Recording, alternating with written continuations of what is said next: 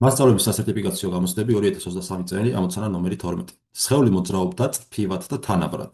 მასზე 2 წამის განმავლობაში იმოქმედა თავდაპირველი მოძრაობის მიმართულების მართობულმა 3 ნიუტონის ტოლმა ძალა. მოცემული გვაქვს ტ-უდრის 2 წამის განმავლობაში იმოქმედა თავდაპირველი მოძრაობის მიმართულების F-უდრის 3 ნიუტონმა ძალამ.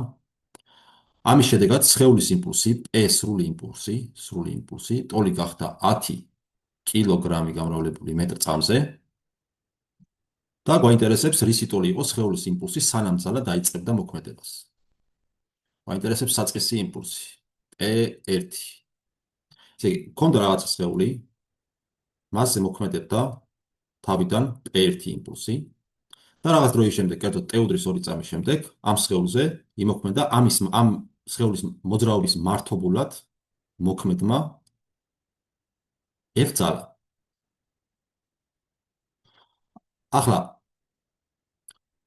F-ს თუ გავამრავლებთ T-ზე, მივიღებთ იმპულსის ცვლილებას, ძალის იმპულსი ტოლი არის სხეულის იმპულსის ცვლილების, რადგანაც საწყის მომენტში მართობული მოძრაობა ქვემოთ არ ჰქონდა, ამიტომ ეს პირდაპირ ტოლი იქნება P-ს, საბოლოო იმპულსის.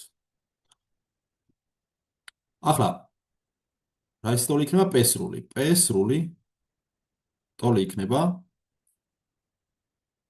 ამას დავარქვათ საბოლოო იმპულსი P2. P-სრული იქნება P1 პლუს P2. ოღონდ ეს ვექტორული ტოლობა არის, რა თქმა უნდა. საიდანაც P-სრულის კვადრატი, ტოლი იქნება P1-ის კვადრატს პლუს P2-ის კვადრატი. ახლა თუ გავითვალისწინებთ, რომ P-სრული არის 10, 10-ის კვადრატი, ტოლი ყოფილა P1 არის. არ ვიცით, უნდა განსაზღვროთ. საძიებელი პულსი არის დამატებული P2. P2, რომელიც F-ს ტოლი არის. ანუ F-ს კვადრატი. ეს ტოლი იქნება P1-ის კვადრატს პლუს F-ი არის სხეულზე მოდებული მართობულად მოდებული ძალა არის 3, 3 გამრავლებული T-უდრის 2 წამის განმავლობაში მოხდებოდა ეს ძალა 2-ზე, აყვანილი კვადრატში. ეს ტოლი იქნება P1-ის კვადრატს პლუს 36. საიდანაც P1-ის კვადრატს პლუს 36 ტოლი ყოფილა 10-ის კვადრატის ან 100-ის.